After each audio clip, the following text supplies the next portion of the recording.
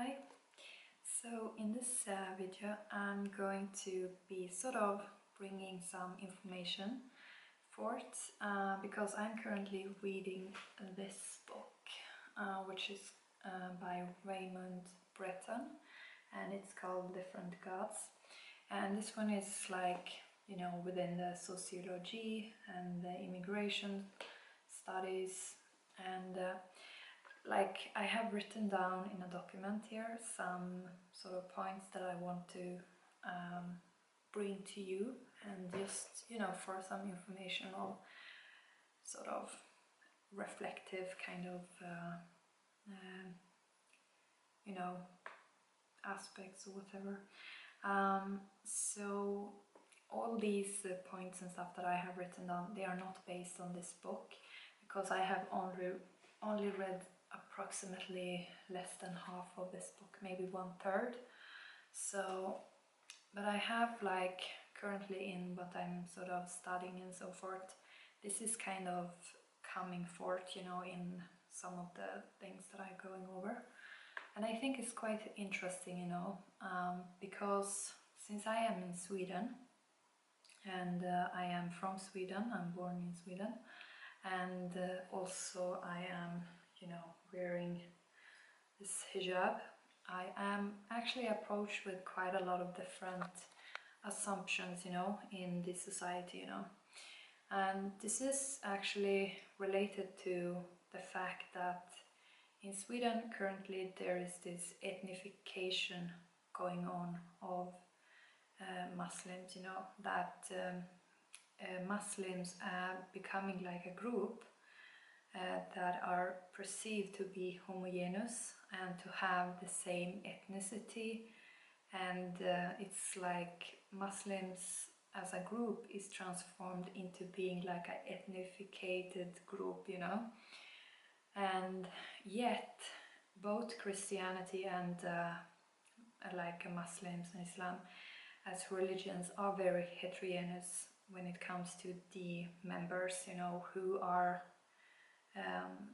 considering themselves to be a Christian, or who are considering themselves to be a Muslim, you know. All these individual members, you know, have various types of backgrounds and ethnicities and so forth. So it's very hard to actually classify one religion to only have a certain set of individuals, you know, and then to sort of apply all of these types of assumptions and stereotypical, you know, estimations and whatever on those. And that can also be related to, you know, for example in Sweden, since many of the refugees that has come to Sweden in the recent timing have been Muslims, and you know, there has been maybe some sort of tendency, you know, to associate a lower social status to Muslims in Sweden, and there has also been a tendency to sort of associate a low not a love, but okay, that's good if everyone loves Muslims, but to actually associate low income, you know, to Muslims in general. And you know, these are just like assumptions, you know, to simplify the reality, but it's not the case of what actually, you know, how these individuals are actually leading their lives. So it's like important to keep in mind, you know, that religions with all of the members that are sort of making up that religion at a certain time in a certain place and so forth, you know, there's like a heterogeneity among those individuals, you know. And ethnicity and religion is two different things, you know. There can be cultural practices, you know, that sometimes tend to be overlapping or sort of intertwined with religious practices.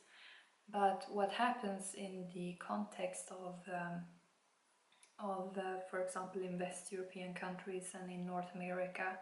is that a lot of individuals who have, for example, been migrants immigrating, you know, and they have Muslim sort of religious identity. They actually tend to sort of start to separate culture from religion, you know, and to sort of asking what is religious practice and what is cultural practice, because when you are faced in another form of society, you know, where there is other norms and values and so forth, and now I'm talking about the West European and North American setting, there is like this exposure, you know, to a completely different setting, you know, and then the culture background may be questioned, and there can also be a questioning about their own previous religion, you know. And then it tends also to be a separation between culture and religion, which may not have been that empathized in the past, you know, depending on wherever the individual has its sort of background in, you know. So, and also one of the things that are quite interesting, you know, because in West Europe and in North America, there is this form of tendency, you know, to, you know, you probably have heard about secularization. So secularization that occurred in West Europe and in North America, it was sort of transforming the society institutions, you know, away from Christian-based institutions into more like secular, non-religious institutions, you know. Even if there is like a tendency, you know, that there is, for example, the relations and the ways that these secular institutions are functioning, they do tend to have like some form of similar structure as you would find in Christianity, you know, but they are not like in their own term like religious institutions, so they are considered secular, you know. And just because also the society has a quite large empathy on individualism and all that comes along with that, it also affects the individuals who have a collective form of religious value background, you know, because, you know, for example, I'm born in Sweden, and I always had this sort of concept, you know, as I was growing up, going into the school and so forth, about this independency, you know, and especially financial independency. That's like one of the most important things for the society in North Europe and in North America, to be financially independent, you know.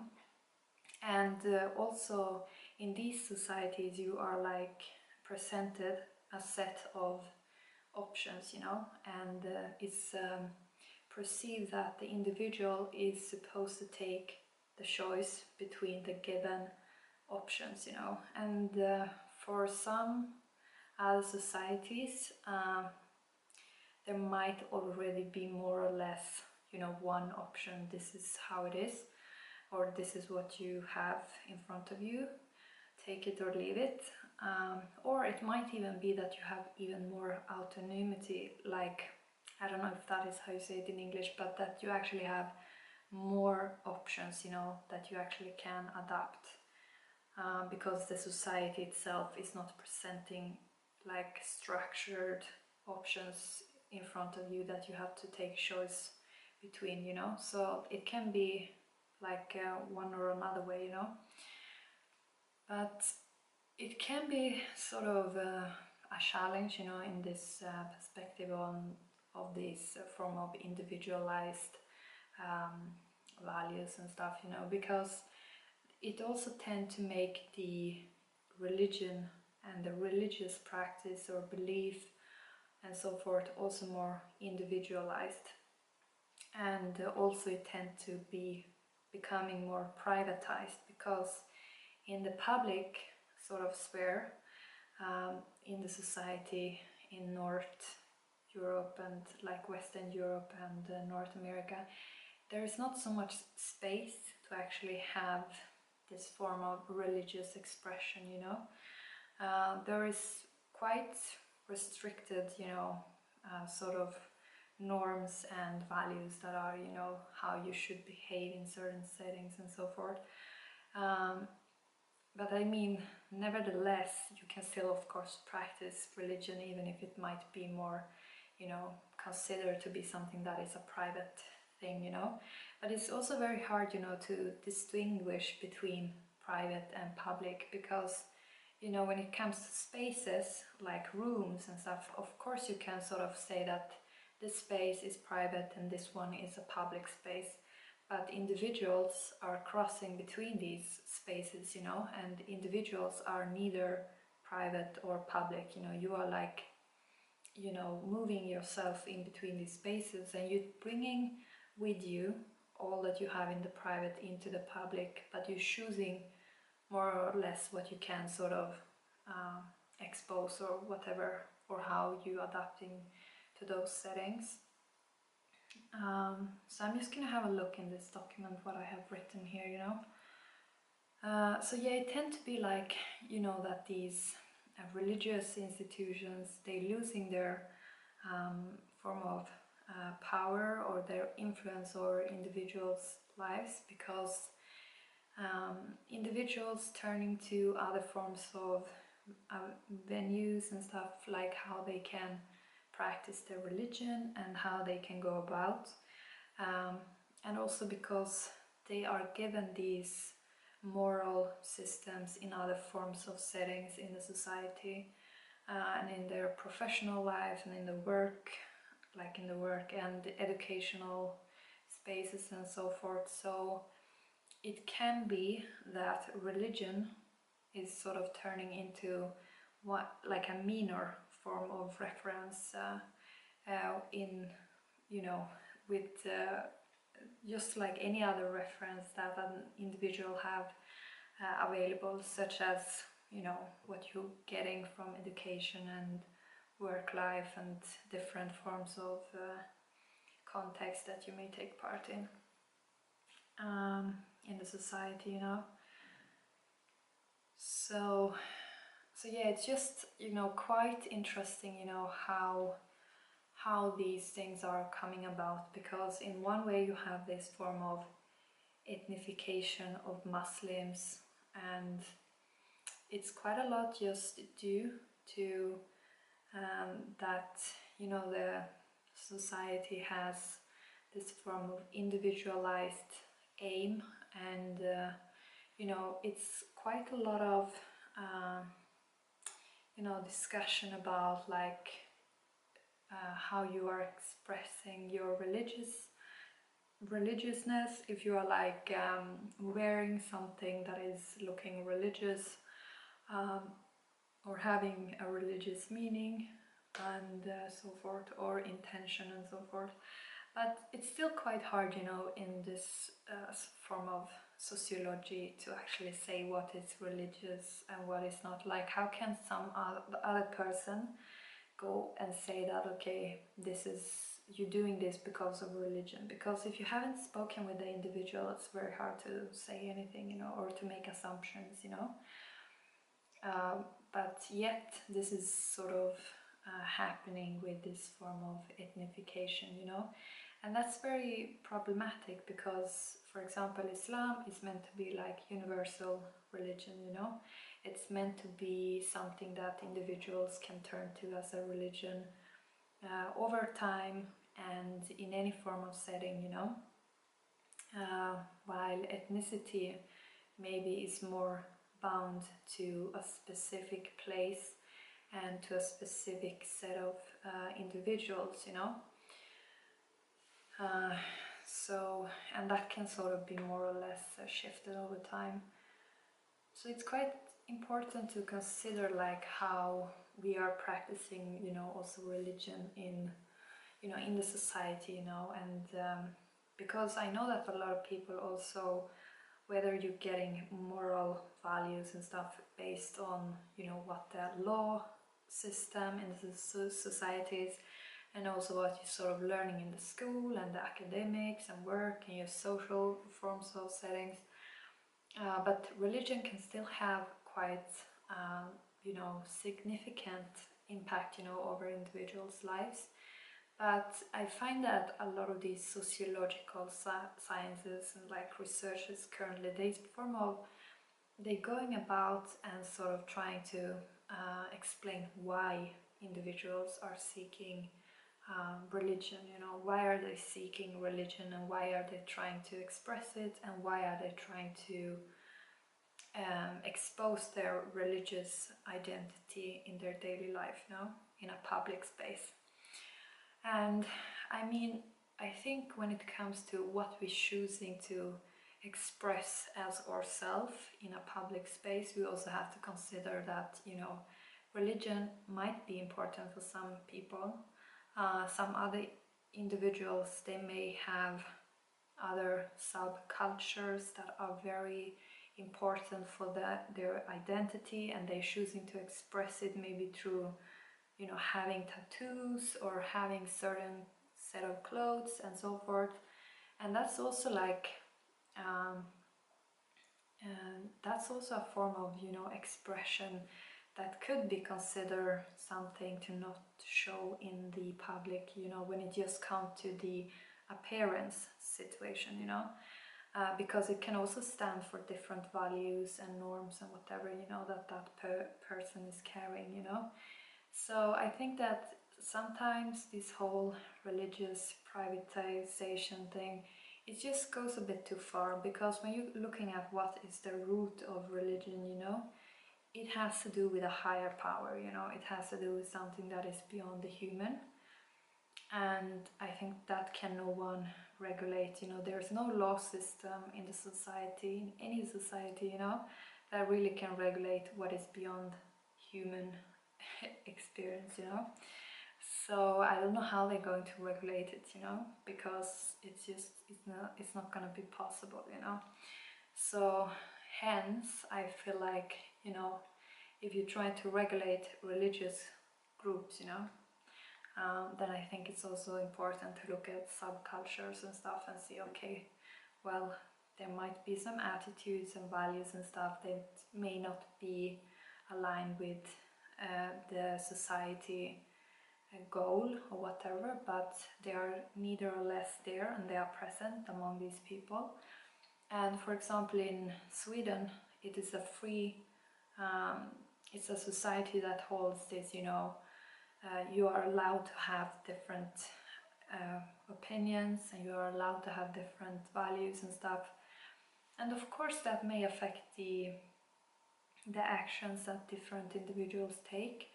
But there's also like this whole legal system, you know, that is implemented, and if there's some value that takes expression in a form of action that is against the legal system's standards, well, then that's going to lead to a consequence. So, I mean, there is already a regulation for that, you know. But most religions and stuff, I mean, they have sort of higher goals than just, you know, what should I say, just the actions in relation to the legal system of a society. I mean, most religions have, like, as I said, something that is beyond the human experience. That's like the highest form of importance, you know. But a lot of these sociological studies and stuff, they try to sort of explain why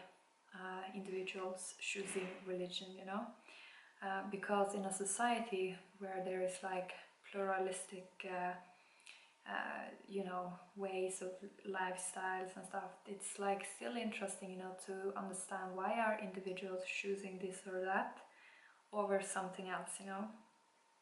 Because it's not to say that religion is the most simple thing that you possibly can choose. For example, if you're choosing to not be having any faith and to not be religious, and you're choosing to go about and believe in the capitalist system as the ultimate goal of your life, to strive for the highest income, financial income that you possibly can achieve at any